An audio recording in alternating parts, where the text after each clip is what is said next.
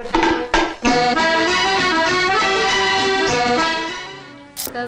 सुख है कभी दुख है, अभी क्या था। यह वाकया है 1946 का। शूटिंग चल रही थी। उन्हीं दिनों एक फिल्म बन रही थी और उस फिल्म में दिलीप कुमार भी थे और गायिका नूरजहां या कह सकते हैं एक्ट्रेस नूरजहां भी उसमें थी। एक डुएट गाना बन रहा था, लिखा जा रहा था। उस गाने पर एक प्लेबैक सिंगर्स, मेल सिंगर्स की जरूरत थी। नूरजहां को पता था कि मेल सिंगर्स कोई सही हो तभी उनके साथ वो सामंजस्य बन सकता है। उस फिल्म के जो म्यूजिक डायरेक्टर थे वो थे फिरोज निजामी, जिन्होंने उन दिनों रफी साहब से गवाने से मना कर दिया। आप जानते हैं क्यों मना कर दिया? तो चलिए मैं आपको बताता हूँ कि वाकया क्या था। प्रणाम, नमस्ते, मैं निर्मलेंदु सुहाना सफर से। दरअसल हुआ ये कि एक दिन फिरोज निजामी से आग्रह किया गया कि रफी साहब एक अच्छे गायक हैं, नए गायक हैं, उन्हें इस फिल्म में प्लेबैक सिंगर के रूप में काम करने का मौका दिया जाए। नूरजहां ने आग्रह किया, लेकिन नूरजहां को फिरोज निजामी ने ये कहकर मना कर दिया कि वो नए हैं और वो आपके काबिल नहीं है।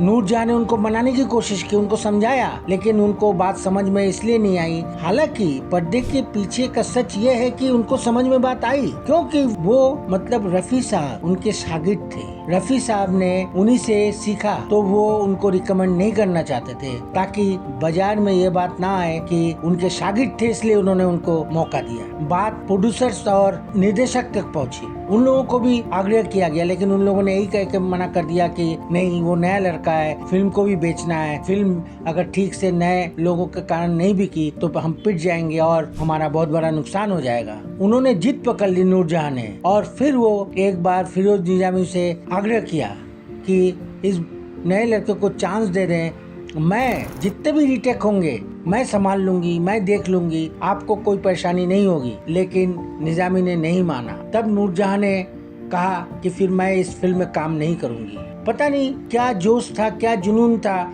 उन्हें क्यों लगा कि इस लड़के में एक ओज है, इसका जो आभामंडल है इसके चेहरे पर और इसकी आवाज पर वो फिदा हो गई थी। उन्होंने कहा कि नहीं, उन्हीं को चांस मिलना चाहिए। सब लोग सख्ते में आ गए। नूरजहां ने दरअसल एक बार उनको एक महफिल में सुन रखा था। उन्होंने देखा कि गाते वक्त उनकी आवाज लड़खड़ाती नहीं है, उनकी आवाज सीधे जाती है और सप्तम तक पहुंच जाती है। तो उन्होंने उनको रिकमेंड किया। बाद में फिरोज निजामी को मानना पड़ा और उन्होंने उस लड़के को मौका दे दिया और उस मौके का फायदा रफी साहब ने खूब उठाया। उन्होंने खूब प्रैक्टिस किया और वो गाना अमर हो गया। जानते हैं वो गाना कौन सा है? वो गाना है यहाँ बदला वफा का बेवफाई के सिवा क्या है। के.एल. सहगल का जो एक टच है वो इस गाने में है, आप अच्छी तरह महसूस करिए। यहाँ बदला वफा का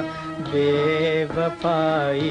दरअसल रफी साहब बचपन से ही के.एल. सहगल के भक्त थे, ये आप सब जानते हैं, और उसी के कारण ये गाना हिट हो गया। ये गाना इतना हिट हुआ, इतने हिट हुआ कि पिक्चर बहुत चली और उस पिक्चर का नाम था जुगनू। दिलीप कुमार की पहली bumper hit film, blockbuster film. इस फिल्म ने इतनी कमाई की कि उस प्रोड्यूसर ने दिलीप कुमार को और नूरजहां को अलग से पुरस्कार भी दिए, और रफी साहब को पुरस्कार के रूप में उन दिनों अच्छी खासी रकम मिली थी, क्योंकि ये गाना हिट था।